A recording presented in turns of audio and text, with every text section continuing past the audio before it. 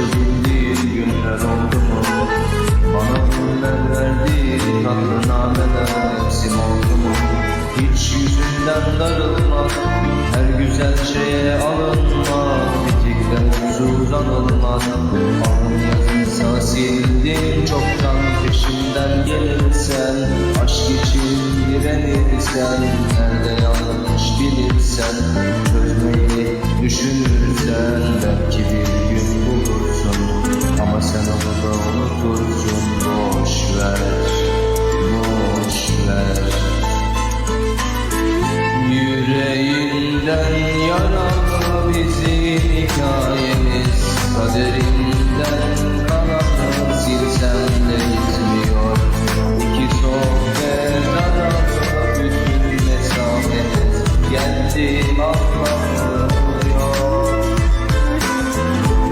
Yüreğinden yaralı bizim hikayemiz, kaderinden kalanı silsen de gitmiyor.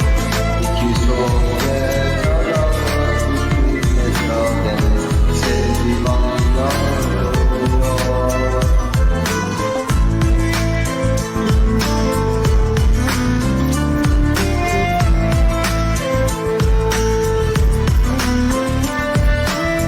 Bir zamanlar sevdiğin, aşkı bildiğin günler oldu mu?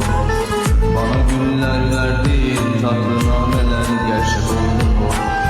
Bir zamanlar sevdiğin, aşkı bildiğin günler oldu mu? Bana günler verdiğin tatlı nameler mevsim oldu mu? Hiç yüzünden darılmaz, her güzel şeye alınma, bitikle mutsuz anılmaz. Alın yazınsa sildin çoktan, peşinden gelirsen, aşk için direnirsen, nerede yanlış bilirsen, çözmeyi düşünürsen, belki bir gün bulursun, ama sen onu da unutursun. Boş ver.